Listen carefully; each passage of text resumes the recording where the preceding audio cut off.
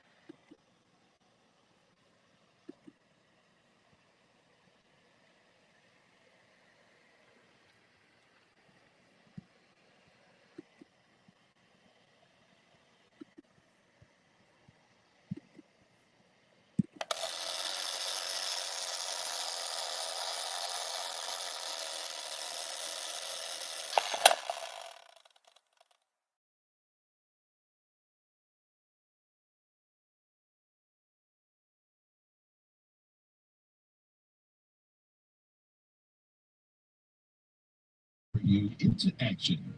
This is Warriors Talk with your host, Lady ReShell.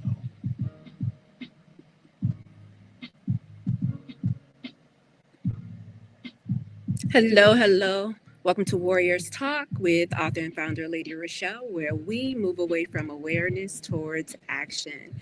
It is Hot Topics Monday. We are live on Intellectual Radio. We just heard from the Drive at 5 with Roman. Keep it locked right here on Intellectual Radio and allow us to feed your brain. On the last episode of Warriors Talk, Dr. Michelle Meeks and I discussed Hormones in Her, Understanding the Silent Power Behind Women's Health.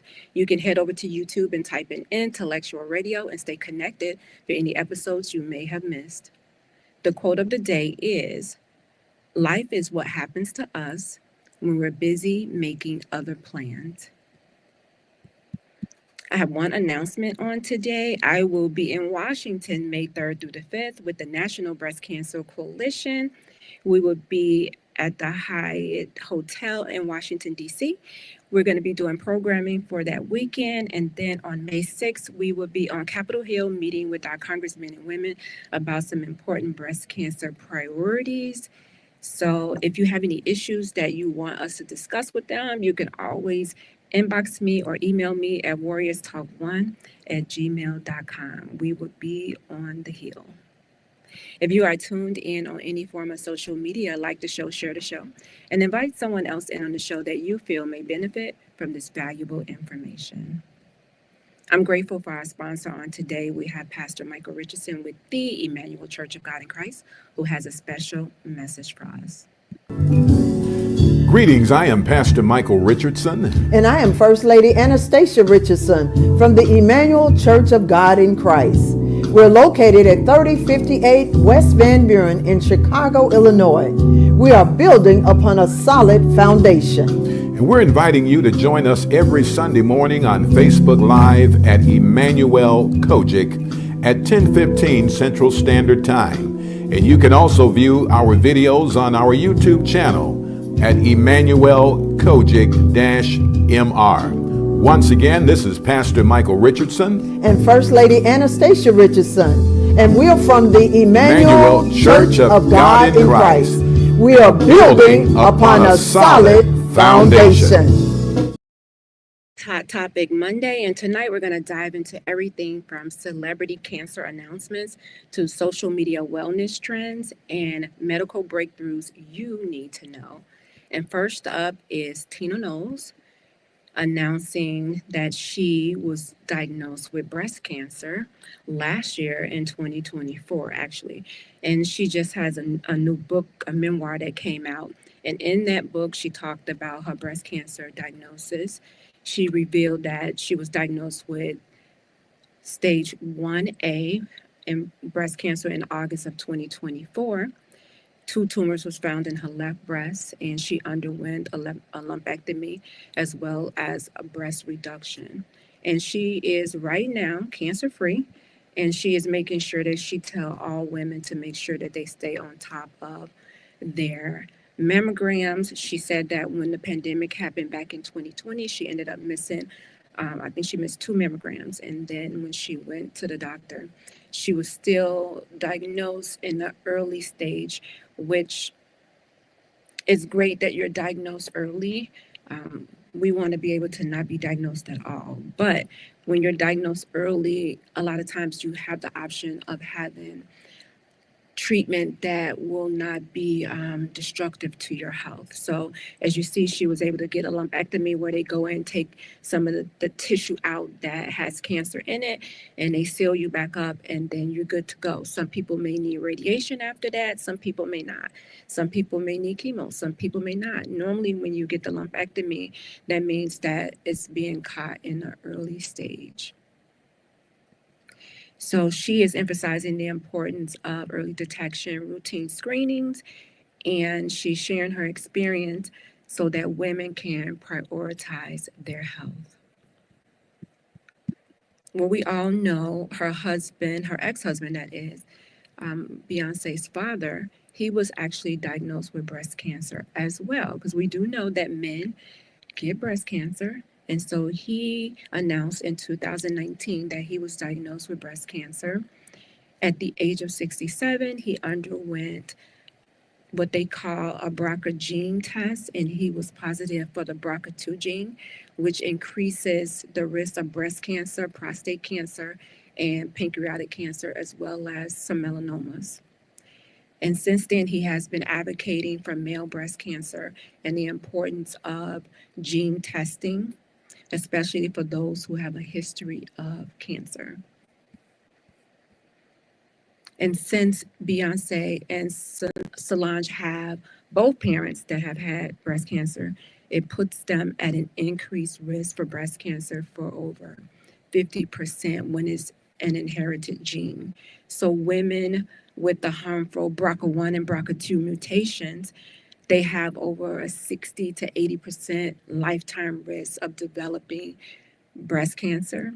While Tina Knowles reported she had no family history and she tested negative for the BRCA, but the father, Beyonce's father, actually tested positive. So because he did test positive, it's important for his 2 daughters to undergo genetic testing to see if they need to do anything preventive when it comes to breast cancer.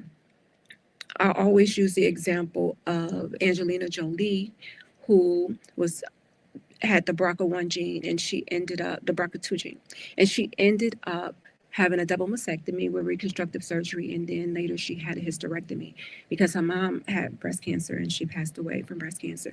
So she did the proactive thing to make sure that she was decreasing her risk of getting breast cancer and ovarian cancer by taking those preventive proactive measures. So I don't doubt that Beyonce and Solange is probably talking to their doctors about what it is that they can do. They probably have already taken the gene test, especially when their mom got diagnosed. That would be scary for me, because that would mean that, oh my God, the chances of one of us getting this disease is just went up. So even when you have all the money, you could be a millionaire, you could be a billionaire, cancer does not discriminate. Cancer does not care. It will still attack you, attack your body. Even if you're doing, and it's sad to say, even if you're doing all the right things, you could be doing all the right things, and cancer can still attack your body and do what it wants. So it's still important to be proactive with things that you can control. We talk about, Dr. Michelle and I talk about all of the things that you can put in your body that will fight cancer, the different food that you can eat that will decrease your risk of getting cancer. It doesn't eliminate it, but it decreases your risk. And we know that there are very few vaccines out there or tests that we can take that will catch cancer early, or we have the colonoscopy to where they can catch the polyps before they turn into cancer. They have the HPV where you could take the shots for like the teenagers to prevent cervical cancer down the line. So there are certain things that we could do. I know they're working on a breast cancer vaccine right now, and they're so close. So there's so many things that we can do to decrease our risk, but it doesn't eliminate it altogether. So that's hot topic number one. So when it comes to gene mutation, you have a lifetime risk. If you have the BRCA2, you have a lifetime risk of 60 to 80% of getting cancer, developing it. They say by age 90. The reason why they say that because they still thinking that cancer is an old person's disease, and it's not. People get cancer at all ages, but the lifetime risk of you getting cancer when you have tests positive for the BRCA1 and BRCA2 gene mutation, 80% chance of you developing cancer by the age of 90. If you have that hereditary link, you already know that there's a 50% chance that you are going to have that gene. In men, it's rare, but it is possible, as you can see from Beyonce's father. If you have that BRCA2, then you know your chances of getting it. The inherited risk is only about 5 to 10%, right? They say 85% of breast cancers are environmental, lifestyle, or they don't know. Only that 5 to 10% of breast cancers are that hereditary link. So it's important for you to know your family history, discuss your family history, make proactive steps or plans with your doctor, get the genetic testing done, and they will give you the power to make a decision on if you want to do proactive measures or if you just want your doctor to monitor you. Don't forget to do your routine screenings, get screened early so that you can catch cancer early so that your treatment won't be so horrific on your body.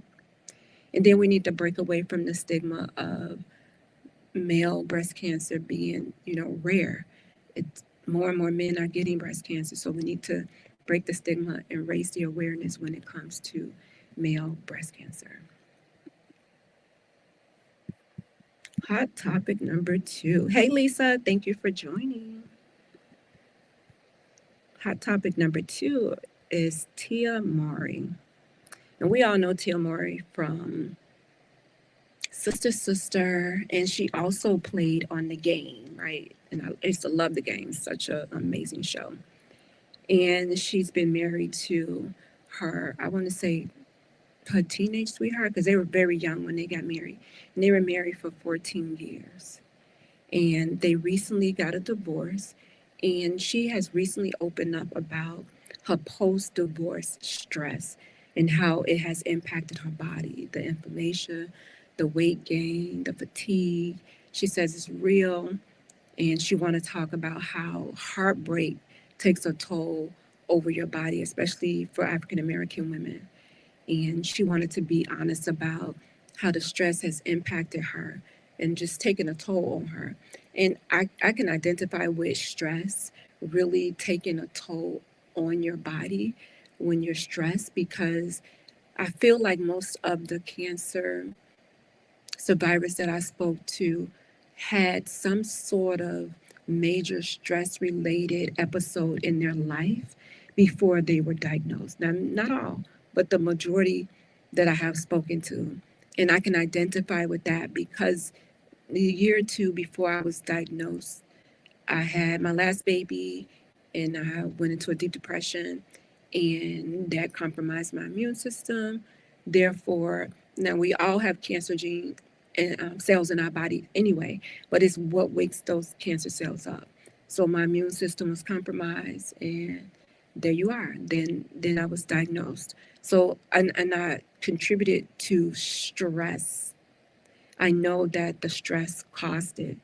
And so I'm just going to tell you that if you are stressed, find a way to eliminate it decrease it as much as possible, because the emotional trauma can manifest into physical illness. And I know that may seem like, oh, yeah, right, but it can. And if you holding stuff in and you always just not finding a way to release that stress, it has to go somewhere. So if it's not released, if you're not releasing it from your body, then internally your body is going to be going through something. And so she is just spreading the word to women, letting them know that, they're not by themselves, that stress is real. And when you get a divorce, being a person that was divorced, I always say it's like, I felt like it was a death.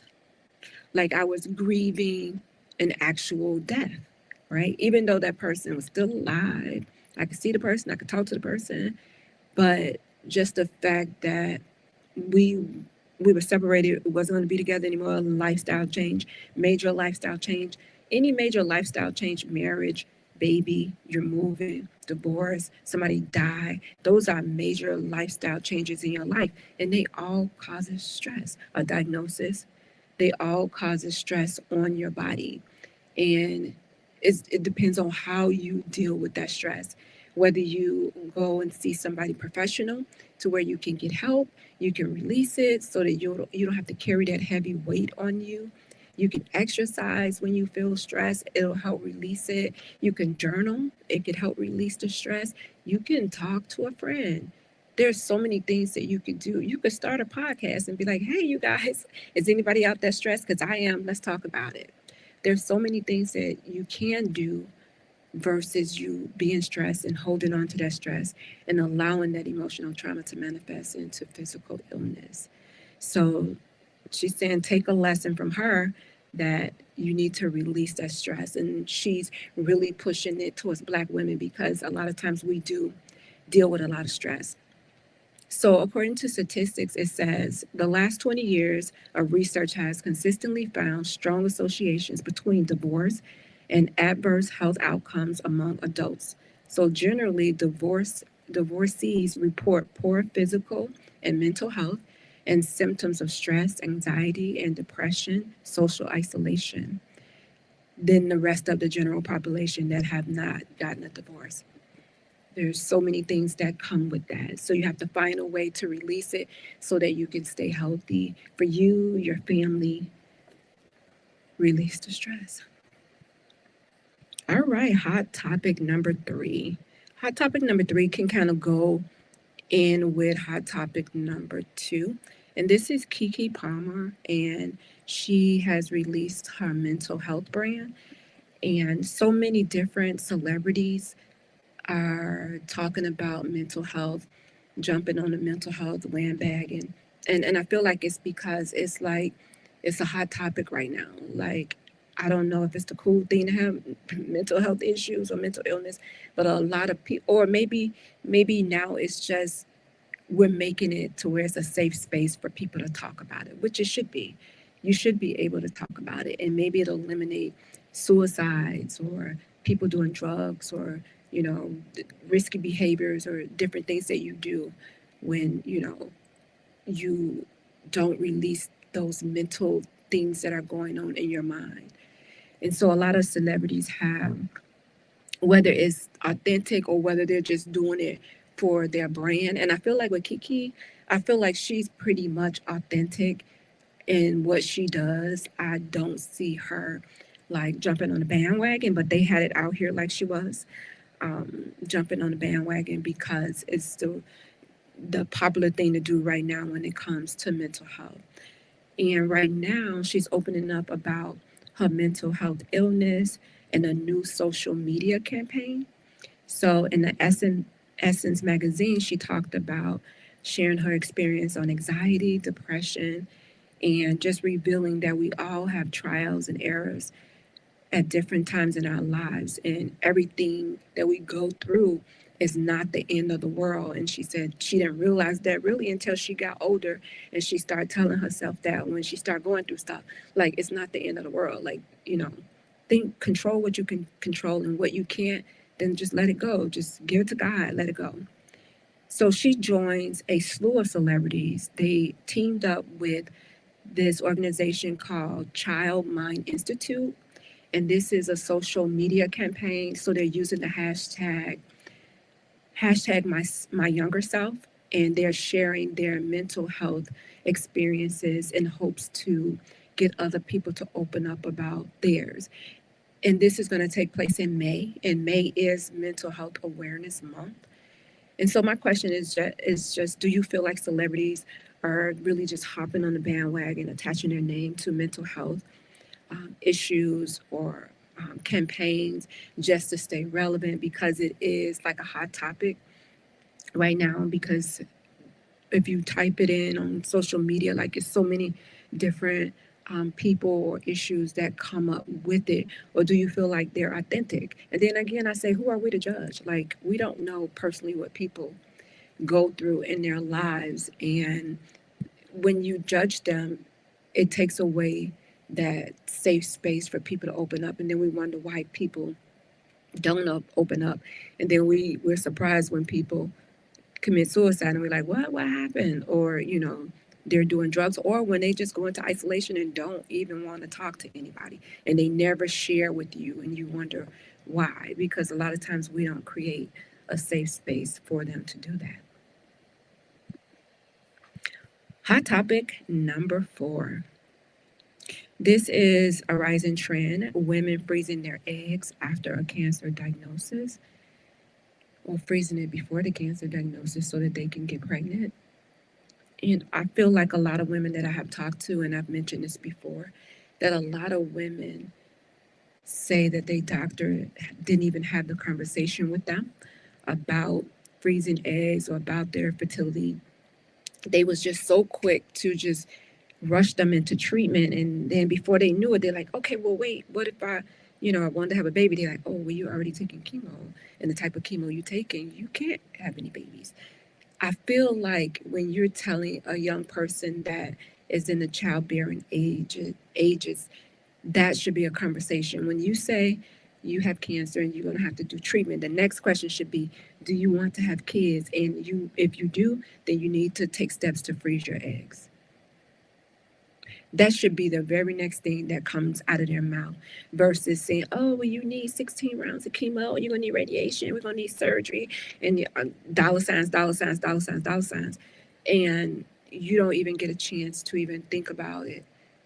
And you may want to have a family, but cancer happened, and for whatever reason, you may have maybe been putting kids off because you're working in your career, or you could just be young and just it wasn't the time to have kids.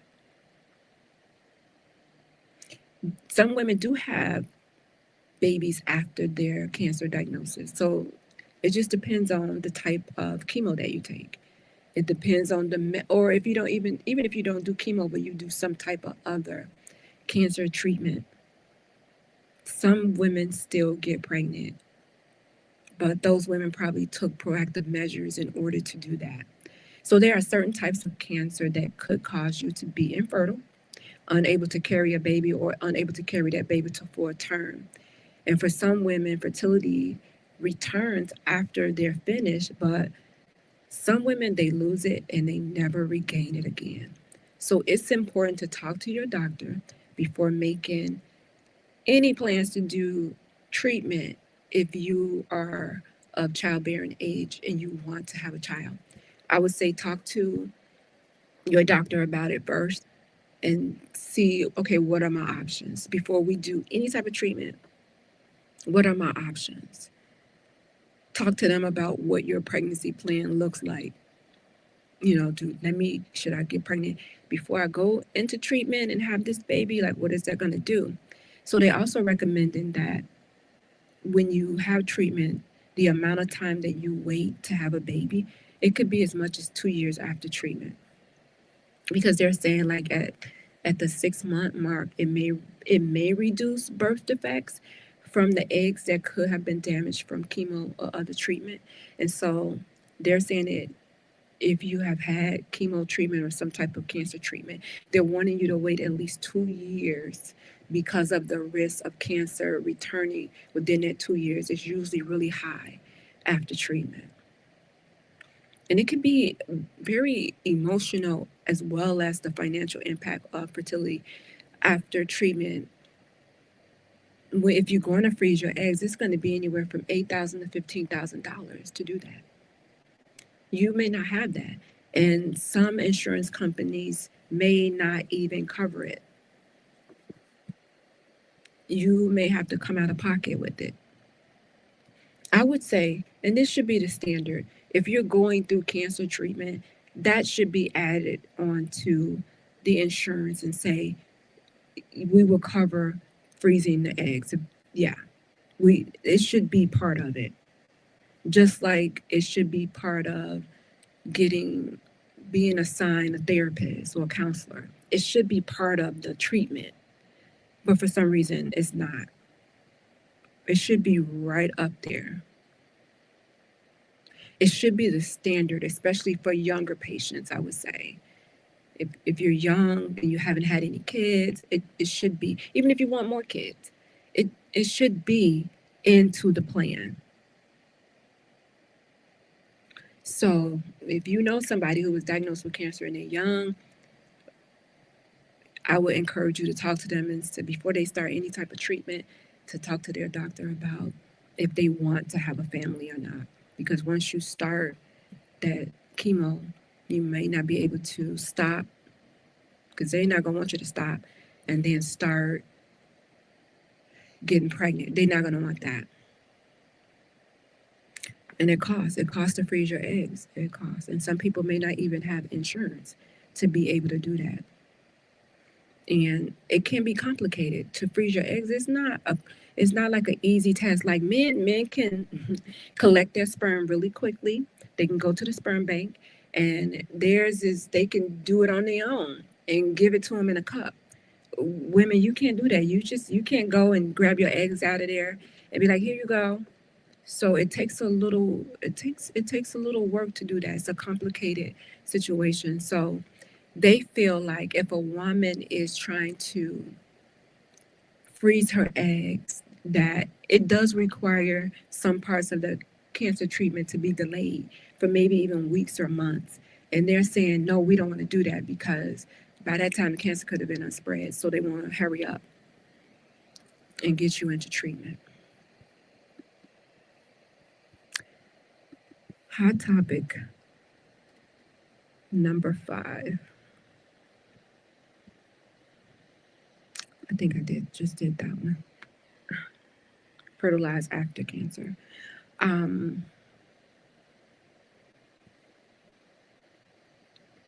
would say keep your options open when it comes to if you're not able to have any kids, you can always adopt. You can always adopt. You can be a foster parent. There's so many kids out there that never get adopted and they stay in the system. So those may be some options that you can do. But I mean, like, if you're a woman, most women want to have at least one time they may want to do it. So I would say don't take that away from them. Allow them to have that option if they want to have kids or not. And if they say, no, I just want to concentrate on getting this cancer out of me, I ain't thinking about no kids right now, I'm thinking about my life, then okay. But, don't rob them of that option. Hot topic number 6 is, can AI detect cancer earlier? We know that AI is a hot thing right now, and there's so many things that, that are really promising with AI. And they are saying that AI can be trained to scan images like an MRI and identify and flag tumor areas that are in patients so that it's easier for the doctors to get to diagnose earlier. It can allow radiologists to know if they need to do a deeper examination and flag these areas where they see that there might be an issue. There's also they have a new AI test that's out that can, they say, detect nearly 94, it has a 94% accuracy rate in detecting cancer. 94%. And the only reason why they say the 94% is because we know that the humans are the one that's putting in the information, feeding the information into AI. So it could have the possibility of having some type of mistake there with the information that's being put in. But they're saying that it can predict the survivor of a cancer just based on the tumor. And so I don't know. I was just thinking, like, do I want to know all that information? Like, yeah, so based on your tumor size, you are only going to live 2 years, even if you do cancer treatment, or even if, like, I don't know if I would want to know that, but it's trained to do that. And it has a lot of different cancers under under the belt that they have tested. It could detest if you have a shorter term survival, a long term survival, and they said that it outperforms other models by 8%. So there's just something to think about. I mean, I like the fact that AI would be more accurate in finding it early, but I would like for them to use AI to find a cure so that nobody has to go through it. Like, if AI is able to do all of this stuff, putting the information in there, they should be able to hopefully come up with some cures versus let's find this thing early. And don't get me wrong, I'm not against finding the cancer early. I'm just against it being there in the first place. Like, why does it have to be there? Let's after all this time that we've been trying to find a cure, we done declared war on cancer. And granted that the treatments have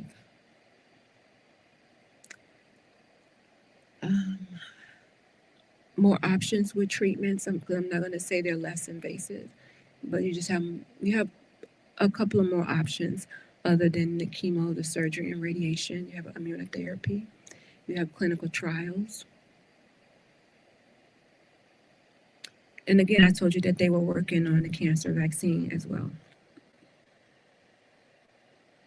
So, Marquita, I'm with you.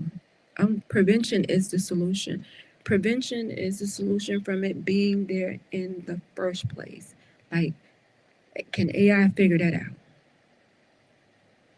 That's what I want to know. Like, yeah, I understand catching it early, but let's not deal with this at all. So hopefully, with AI being really promising with everything else, that it will be able to. And now, if it came up with one, we probably wouldn't even know it. Marquita said, Big Pharma has made cancer a chronic illness. It has. It really has.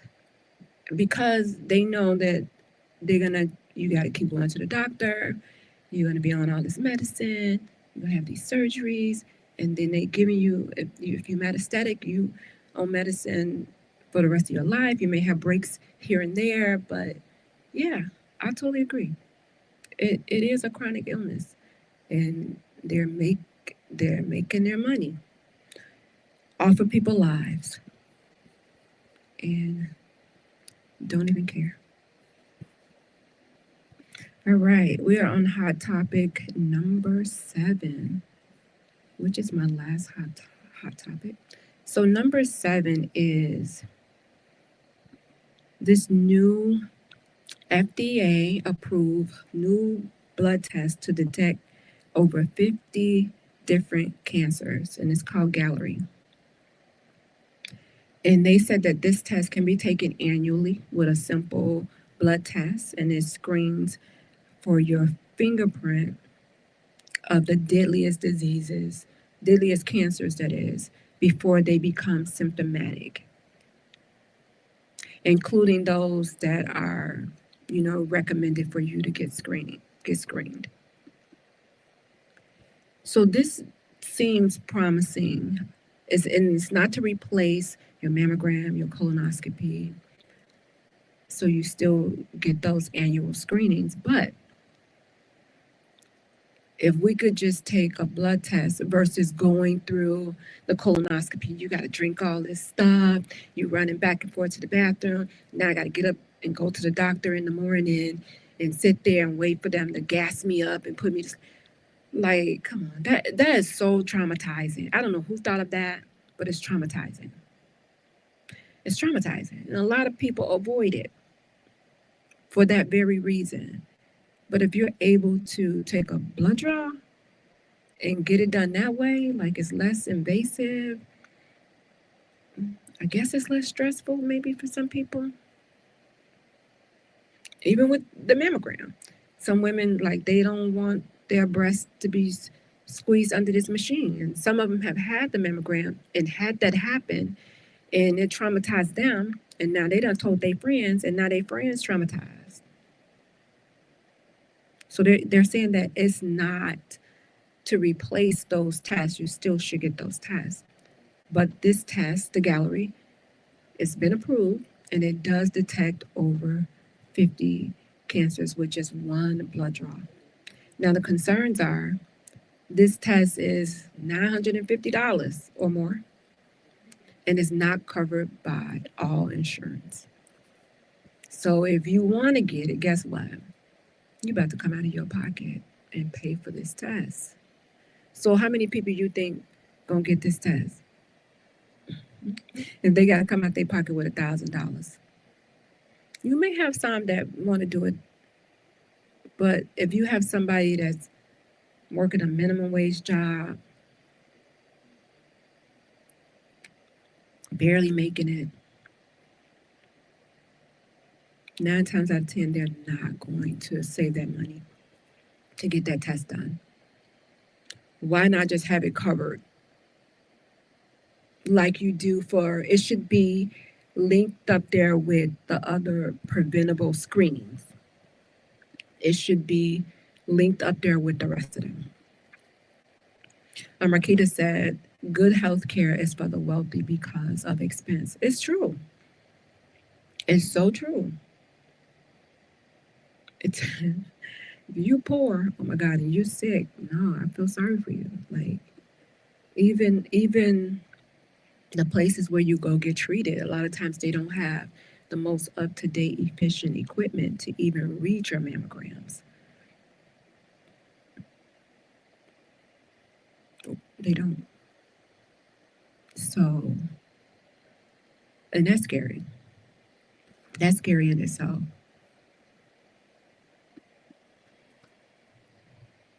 So I would think that this test should be covered, just like the mammogram is covered, the colonoscopy is covered, your annual is covered. This is something that it falls along that prevention. And people should be able to get it and pay your regular copay, whatever that regular copay is, pay that.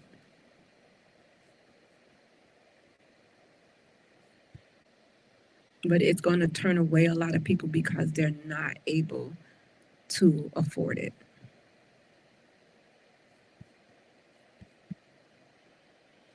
Which is sad. You guys, those are your hot topics. I hope that you guys have enjoyed the hot topics for today, as I enjoyed sharing them with you.